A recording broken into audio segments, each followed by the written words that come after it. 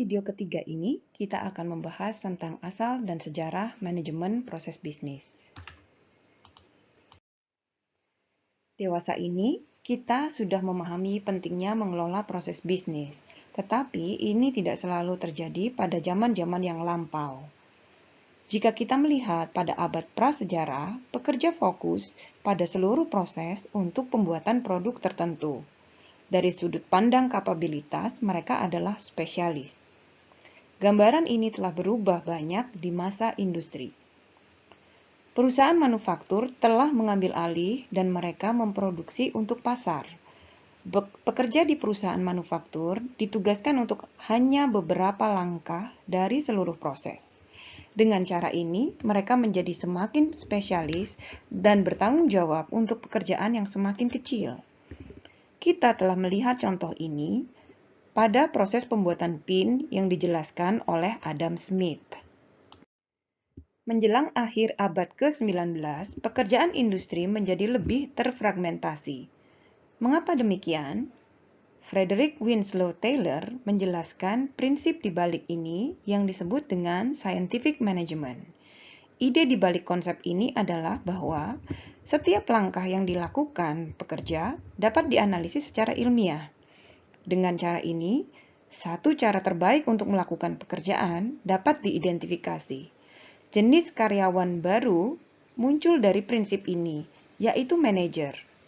Manajer bertanggung jawab untuk mengawasi produktivitas dari sekelompok pekerja. Mereka bertanggung jawab untuk menganalisis pekerjaan dan juga melatih para pekerja sesuai dengan apa yang ditemukan. Konsekuensi dari pengorganisasian yang baru ini adalah diperkenalkannya hierarki hubungan pengawasan yang baru di dalam sebuah perusahaan. Jadi, pekerja harus melapor kepada manajer, dan manajer bertanggung jawab untuk mengawasi produktivitas pekerja. Prinsip ini naik satu lapis ke lapisan berikutnya sampai pada manajemen puncak. Cara pengorganisasian seperti ini juga disebut dengan organisasi fungsional. Organisasi fungsional dengan organisasinya yang hierarkis tetap dominan sampai akhir 80-an. Lalu, mengapa segala sesuatunya berubah menjelang akhir tahun 80-an? Alasannya adalah terkait dengan inovasi terbaru terkait dengan teknologi informasi. Sekitar tahun tersebut, komputer personal semakin banyak digunakan. Sistem windowing yang memudahkan pengguna akhir untuk menavigasi komputer semakin dikenal. Jaringan komputer juga semakin banyak digunakan. Teknologi basis data menjadi semakin matang. Semua teknologi ini memberikan peluang besar untuk mengorganisasikan proses secara berbeda, meninggalkan kertas, dan mengubahnya menjadi koordinasi berbasis teknologi informasi. Kesempatan ini dijelaskan oleh Hammond and Champy serta Davenport dalam buku mereka masing-masing. Konsep seperti BPR dan inovasi proses menangkap esensi dari ide ini. Mari kita lihat salah satu contoh yang digambarkan Hammond dan Champy dalam buku mereka. Mereka mengacu pada proses pembelian di Ford. Proses asli di Ford adalah seperti yang terlihat pada gambar. Ketika sesuatu harus dibeli, departemen pembelian dikontak. Merekalah yang bertanggung jawab untuk mengeluarkan permintaan pembelian yang dikirimkan kepada penjual. Departemen pembelian juga akan mengirim salinan kertas dari pesanan itu ke bagian hutang dagang atau account payable. Proses akan berlanjut dengan penjual mengirimkan barang kepada perusahaan. Kemudian, barang dan jasa ini akan diterima oleh departemen gudang yang juga akan meneruskan notifikasi pengiriman ke departemen hutang dagang. Pada saat yang bersamaan, penjual akan mengirimkan tagihan kepada departemen hutang dagang. Tugas utama dari bagian hutang dagang adalah untuk memeriksa tagihan, memeriksa apakah tagihan sesuai dengan notifikasi pengiriman, dan juga memeriksa apakah sesuai dengan permintaan pembelian di awal. Jika semuanya benar, maka pembayaran dilakukan kepada penjual. Walau proses ini terlihat baik-baik saja secara sepintas, terdapat berbagai masalah. Pada dasarnya, Departemen Hutang harus memastikan bahwa 3 dokumen yang berbeda konsisten satu dengan lainnya. Pada banyak kasus, terdapat ketidakkonsistenan. Sebagai contoh, misalnya, penjual mengirimkan jumlah yang kurang dari yang dipesan karena mereka tidak memiliki stok. Maka, notifikasi pembelian tidak sesuai dengan pesanan pembelian dan tagihan juga tidak sesuai dengan pesanan pembelian. Departemen Hutang Dagang kemudian harus menyelesaikan perbedaan ini dengan menelepon departemen terkait apakah penyimpangan seperti ini masih bisa diterima. Jadi, mereka akan bertanya kepada departemen yang memesan, apakah kekurangan pengiriman ini masih oke dan mereka dapat melakukan pembayaran. Jika iya, Departemen Hutang Dagang akan mengubah permintaan pembelian dan pembayaran yang sudah disesuaikan akan dilakukan. Proses ini membutuhkan sekitar 500 orang untuk mengecek berbagai item pada ketiga dokumen yang berbeda. Hal ini jelas merupakan proses yang tidak efisien, mengingat fakta bahwa banyak hal yang bisa salah. Lalu, apa yang dapat dilakukan untuk membuat proses bisnis ini menjadi lebih efisien? Hammer dan Champy menggambarkan hasil dari rekayasa ulang proses pemesanan pembelian di Ford. Ide utamanya adalah untuk memperkenalkan sebuah basis data pembelian di mana semua data pembelian disimpan dan semua departemen dapat mengaksesnya. Proses baru bekerja sebagai berikut. Pertama, departemen pembelian akan mengeluarkan permintaan pembelian dan mengirim kepada penjual. Penjual akan mengirimkan barang dengan notifikasi pembelian kepada perusahaan yang akan diterima oleh departemen gudang.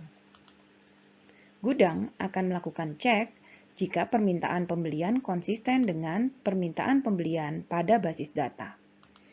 Jika iya, maka secara otomatis akan memicu pembayaran. Ini berarti bagian hutang dagang sekarang tidak perlu menangani kesalahan lagi, karena hanya jika notifikasi pengiriman konsisten dengan pesanan pembelian, maka barang akan diterima. Departemen hutang secara otomatis akan mengirim pembayaran dan penjual tidak perlu mengirimkan tagihan lagi. Proses baru ini hanya membutuhkan 120 orang untuk menangani semua pesanan.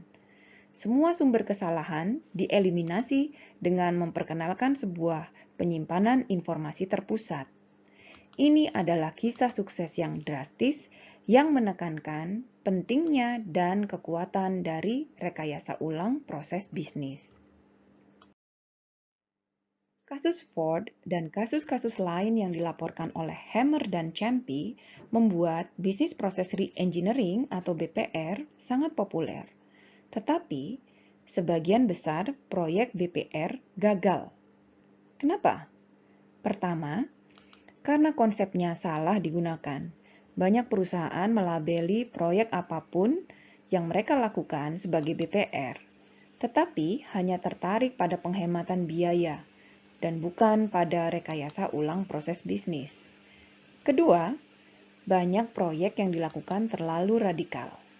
Hammer menyebutkan dalam papernya, "Don't automate, obliterate," yang berarti jangan otomatiskan, tetapi hapus.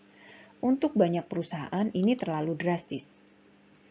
Ketiga, dukungan yang dibutuhkan seringkali kurang matang. Alat dan teknologi yang diperlukan belum ada untuk mendukung seluruh proses bisnis. Hal ini seringkali menyebabkan orang menjadi frustasi karena infrastruktur yang tepat belum tersedia. Pada akhirnya, sekitar tahun 2000-an, banyak hal berubah menjadi lebih baik. Sekarang, orang sudah memahami bahwa orientasi proses sebenarnya sangat produktif. Buku dari McCormack and Johnson mengilustrasikan dengan baik hal ini. Lebih lanjut lagi, terdapat inovasi pada sisi teknologi informasi. Pada akhirnya, sistem ERP menjadi sangat matang sehingga mampu mendukung seluruh proses bisnis dari awal sampai akhir. Ini sangat penting dan efektif untuk mendukung rancang ulang proses bisnis. Pada periode itu juga menjadi jelas bahwa Hal ini bukan hanya tentang teknologi informasi dan proses. Terdapat kebutuhan untuk peran baru untuk mengawasi proses. Peran baru itu disebut dengan pemilik proses atau process owner. Pemilik proses tidak bekerja secara langsung pada proses tersebut, tetapi ia bertanggung jawab untuk mengawasi proses tersebut. Hal ini berarti pemilik proses harus memantau dan mengendalikan proses. Pemilik proses juga harus merencanakan dan mengorganisasikan proses. Jadi, ketika kinerja tidak baik, pemilik proses bertanggung jawab untuk melakukan sesuatu untuk mengubah proses sehingga menjadi proses yang lebih baik.